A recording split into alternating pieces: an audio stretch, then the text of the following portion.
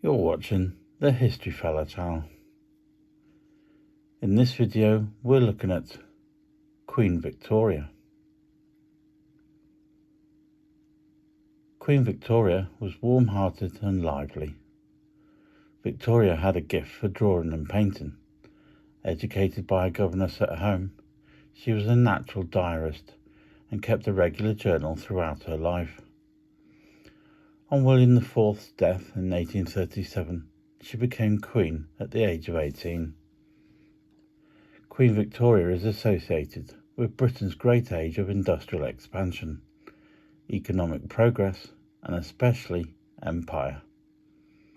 At her death, it was said Britain had worldwide empire, on which the sun would never set.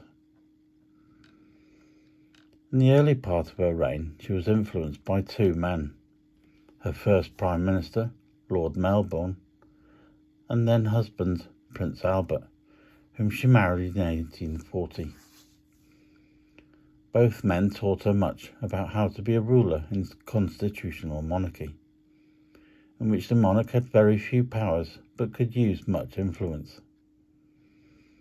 Albert took an active interest in the arts, science, trade and industry. The project for which he is best remembered was the Great Exhibition of 1851, the profits from which helped to establish the South Kensington Museums complex in London.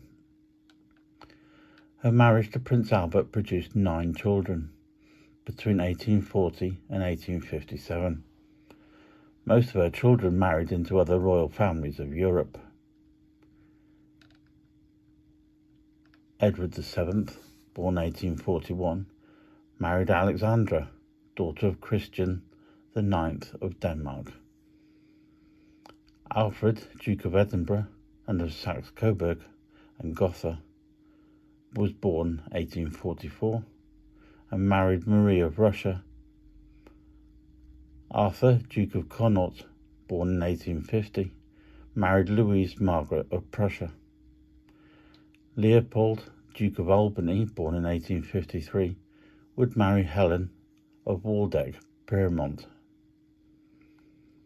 Victoria, Princess Royal, born 1840, married Friedrich III.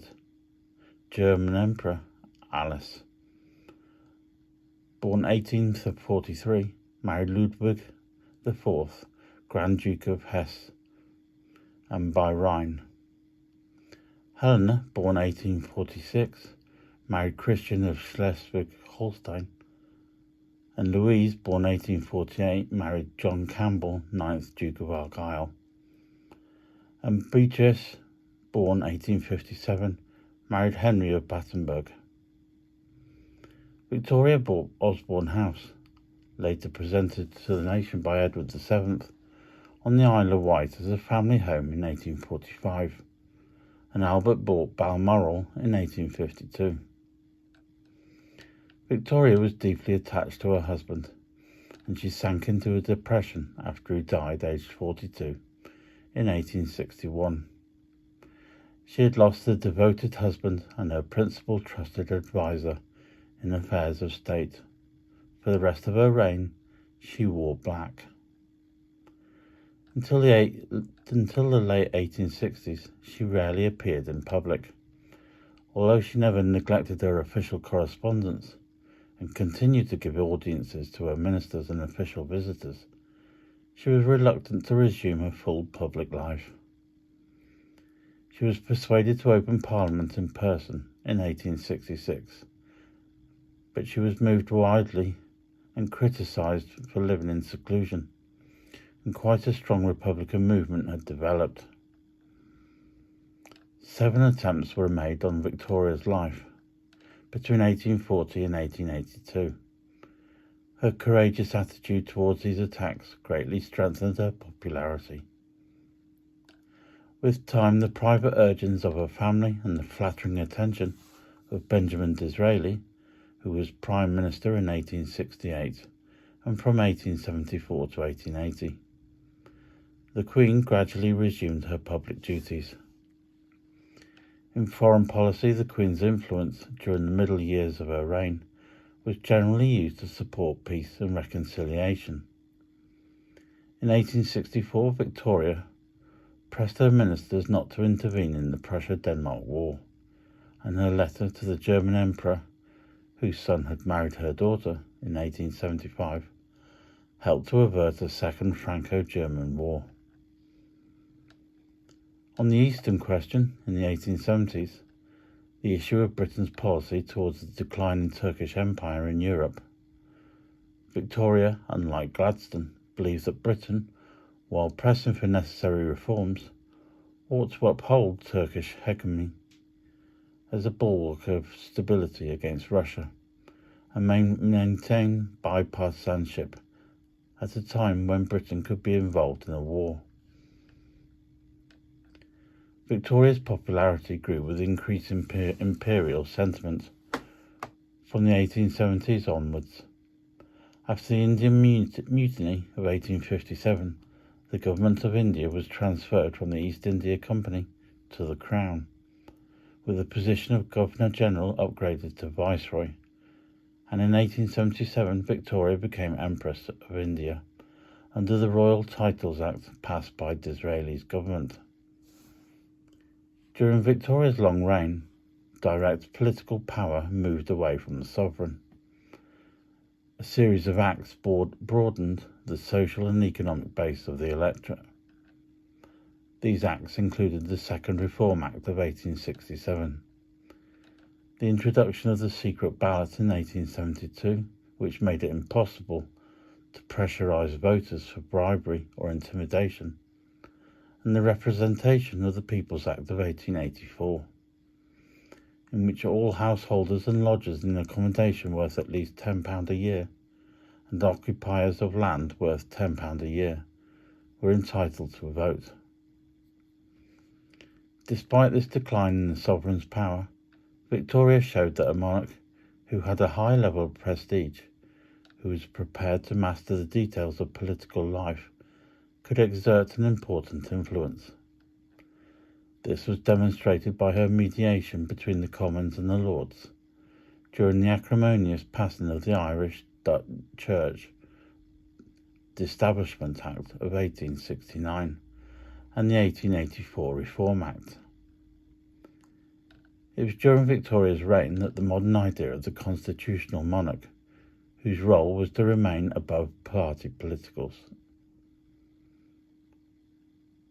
But Victoria herself was not always non-partisan, and she took the opportunity to give her opinions, sometimes very forcefully, in private. After the Second Reform Act of 1867 and the growth of the two-party, Liberal and Conservative system, the Queen's room for manoeuvre decreased. Her freedom to choose which individual should occupy the premiership was increasingly restricted. In 1880 she tried, unsuccessfully, to stop William Gladstone, whom she disliked as much as she admired Disraeli, whose policy she distrusted, from becoming Prime Minister. She much preferred the Marquis of Hartington, another statesman from the Liberal Party, which had just won the general election. She did not get her way, though. She was a very strong supporter of empire, which brought her closer both to Disraeli and the Marquis of Salisbury, her last Prime Minister. Although conservative in some respects, like many at the time, she opposed giving women the vote. On social issues, she tended to favour measures to improve the lot of the poor, such as the Royal Commission on Housing.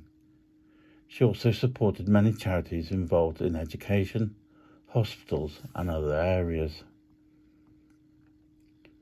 Victoria and her family travelled and were seen in unprecedented scale, thanks to transport improvements and other technical changes, such as the spread of newspapers and the invention of photography. Victoria was the first reigning monarch to use trains. She made her first train journey in 1842. In her later years, she became the symbol of the British Empire, both the golden and the diamond jubilees, held to celebrate the 50th and 60th anniversaries of the Queen's accession.